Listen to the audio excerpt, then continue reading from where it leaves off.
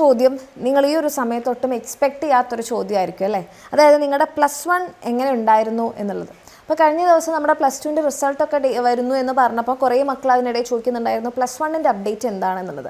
അപ്പോൾ എങ്ങനെയുണ്ടായിരുന്നു നിങ്ങളുടെ ഈ ഒരു +1 ജേർണി എന്ന് നിങ്ങളോട് ചോദിക്കുന്ന സമയത്ത് പല ആൾക്കാരും ചിലപ്പോൾ പലതരത്തിലായിരിക്കും റെസ്പോണ്ട് ചെയ്യുന്നത്. ചില ആൾക്കാർ പറയുന്നുണ്ടാവും ഒരു ലാസ്റ്റിലേക്ക് എത്തിയ സമയത്താണ് +1 അല്ലെങ്കിൽ ഹയർ സെക്കൻഡറി എങ്ങനെ ഡീൽ ചെയ്യേണ്ടതെന്ന് മനസ്സിലായത്, ഇങ്ങനെ പഠിച്ചു കഴിഞ്ഞാൽ ശരിയാവില്ല എന്ന് മനസ്സിലായത്.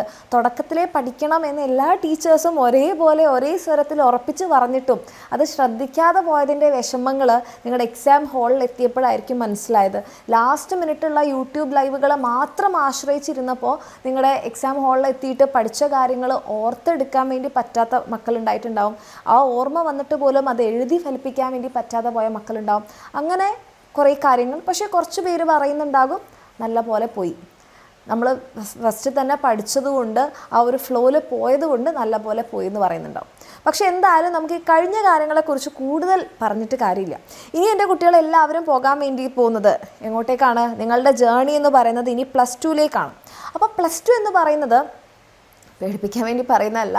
+2 എന്ന് പറഞ്ഞിട്ടുണ്ടെങ്കിൽ +1നേക്കാൾ നിങ്ങൾ കുറച്ചുകൂടി ശ്രദ്ധിക്കണം. അല്ലെങ്കിൽ +1 പോലെ അല്ല +2. എന്തുകൊണ്ടാണെന്ന് വെച്ചാൽ +1ൽ നിങ്ങൾക്ക് റെക്കോർഡ് വർക്ക് തുടങ്ങിയിട്ടില്ല, +1ൽ നിങ്ങൾക്ക് പ്രാക്ടിക്കൽ എക്സാം ഉണ്ടായിട്ടില്ല, +1ൽ നിങ്ങൾ ഇമ്പ്രൂവ്മെൻ്റ് എക്സാമിനെ കുറിച്ച് ചിന്തിക്കേണ്ടി വന്നിട്ടില്ല അല്ലേ. ഈ എല്ലാ കാര്യങ്ങളും കൂടി ഒരുമിച്ച് വരുമ്പം നിങ്ങളൊന്ന് ആലോചിച്ച് നോക്കി, തുടക്കത്തിൽ തന്നെ +2 പഠിച്ചിട്ടില്ലെങ്കിൽ നിങ്ങളുടെ +2 എക്സാം കൊള്ളാവും, ഇമ്പ്രൂവ്മെൻ്റ് എക്സാമിന് പഠിക്കാൻ പറ്റില്ല, പ്രാക്ടിക്കൽ എക്സാമിന് പഠിക്കാൻ പറ്റില്ല, റെക്കോർഡ് വർക്ക് തീരില്ല.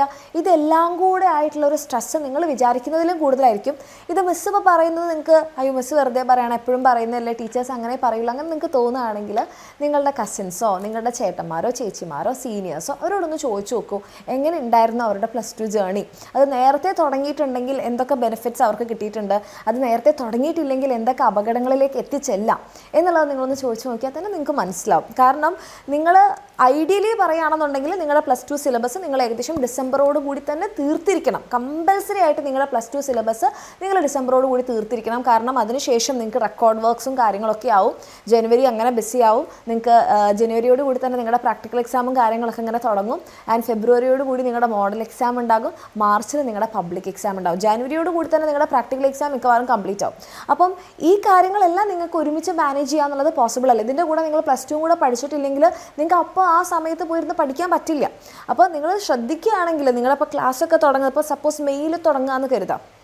Okay, May June July August September October November December 8 മാസമാണുള്ളത്.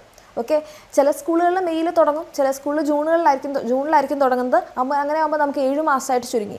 അപ്പോൾ ഈ സമയം നിങ്ങൾ എഫക്റ്റീവായിട്ട് ഉപയോഗിക്കുകയാണെന്നുണ്ടെങ്കിൽ നിങ്ങൾക്ക് വലിയ ടെൻഷനൊന്നും ഇല്ലാതെ സ്മൂത്തായിട്ട് തന്നെ നിങ്ങളുടെ +2 കൊണ്ടുപോകാൻ വേണ്ടി പറ്റും. നിങ്ങളിത് എഫക്റ്റീവായിട്ട് യൂസ് ചെയ്തിട്ടില്ലെങ്കിൽ നിങ്ങൾ +1ൽ അനുഭവിച്ചതിൻ്റെ സ്ട്രെസ് ആയിക്കോട്ടെ, ടെൻഷൻ ആയിക്കോട്ടെ, പേടി ആയിക്കോട്ടെ, ഇതിൻ്റെയൊക്കെ ഡബിൾ ആയിരിക്കും +2ൽ. ഇത് വെറുതെ പറയുന്നതല്ല. ഇപ്പോൾ പറഞ്ഞ ഈ പ്രാക്ടിക്കൽ, മോഡൽ, റെക്കോർഡ്, പിന്നെ ഇമ്പ്രൂവ്മെൻറ്റ്, ഇതെല്ലാം ഇതിൻ്റെ ഇടയിൽ പെടും. അപ്പോൾ സ്റ്റാർട്ടിങ് മുതൽ തന്നെ പഠിക്കാം.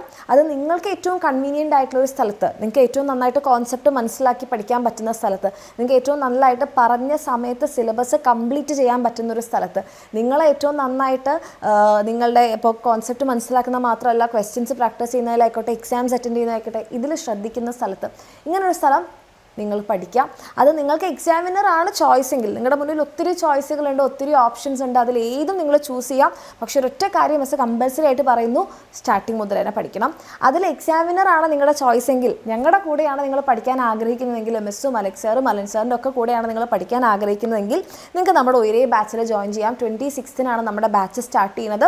ഓക്കെ, 5990 ആണ് നമ്മുടെ ബാച്ചിൻ്റെ ഫീ. നിങ്ങൾക്ക് ടോപ്പിക് വൈസ് ആയിട്ടുള്ള ക്ലാസ്സുകളും എക്സ്ട്രാ ലൈവ് ക്ലാസ്സുകളും PYQ വീഡിയോ സൊല്യൂഷനും PDF ക്ലാസ് നോട്ട്സും വർക്ക്ഷീറ്റും എക്സാമും ഒക്കെ വെച്ച് നിങ്ങൾക്ക് അടിപൊളിയായിട്ട് പഠിക്കാൻ വേണ്ടിയിട്ട് പറ്റും. ഓക്കെ, ഇതൊക്കെ വെച്ച് എൻ്റെ കുട്ടികൾക്ക് പഠിക്കാൻ ആഗ്രഹം ഉണ്ടെങ്കിൽ നമ്മുടെ ഫുൾ ബുക്ക് സെറ്റ് ഉണ്ട്. ബുക്ക് സെറ്റിൻ്റെ അകത്ത് നിങ്ങൾക്ക് ഈ പറഞ്ഞ കാര്യങ്ങളെല്ലാം, ഇപ്പോൾ പ്രീവിയസ് ഇയർ ക്വസ്റ്റ്യൻസ് ആയിക്കോട്ടെ, എക്സാം ഓറിയൻറ്റഡ് ക്വസ്റ്റ്യൻസ് ആയിക്കോട്ടെ, അതുപോലെ ഷോർട്ട് നോട്ട് ആയിക്കോട്ടെ, NCERT ക്വസ്റ്റ്യൻസ് ആയിക്കോട്ടെ, യൂണിറ്റ് ടെസ്റ്റ് ആയിക്കോട്ടെ, മൈൻഡ് മാപ്പ് ആയിക്കോട്ടെ, ഇങ്ങനത്തെ കാര്യങ്ങളെല്ലാം കിട്ടുന്നുണ്ടാവും. ഇതൊക്കെ വെച്ച് എൻ്റെ കുട്ടികൾക്ക് പഠിക്കാൻ ആഗ്രഹം ഉണ്ടെങ്കിൽ താഴേക്കാന്ന നമ്പറിൽ മെസ്സേജ് ചെയ്യാം. ഇനിയിപ്പോൾ നിങ്ങൾക്ക് കൊമേഴ്സ് ആണെങ്കിൽ ജ്വാല ബാച്ച് ഉണ്ട്. ഇനി +1ൻ്റെ കൂടെ തന്നെ നിങ്ങൾ ഓൾറെഡി നീറ്റ് JEE പോലത്തെ എക്സാംസിനൊക്കെ പ്രാക്ടീസ് ചെയ്തിട്ടുണ്ട്. പക്ഷേ +1 പഠിച്ച സ്ഥലത്ത് നിങ്ങൾക്കൊരു കോൺഫിഡൻസ് കോൺഫിഡൻസ് കിട്ടുന്നില്ല, അതൊന്ന് മാറി ചിന്തിക്കണം എന്ന് ആഗ്രഹം ഉണ്ടെങ്കിൽ നമ്മുടെ വേദ ബാച്ചും ഉണ്ട്. അതായത് +2ൻ്റെ കണ്ടൻറ്റിൻ്റെ കൂടെ തന്നെ നിങ്ങൾക്ക് നീറ്റും അതുപോലെ തന്നെ JEE ഒക്കെ പഠിക്കാൻ വേണ്ടിയിട്ട്. ഇത് നമ്മുടെ +1 ബാച്ച് സ്റ്റുഡൻസിൻ്റെ റിസൾട്ടാണ്. ഇത് നമ്മുടെ +2 ടോപ്പേഴ്സിൻ്റെ റിസൾട്ടാണ്.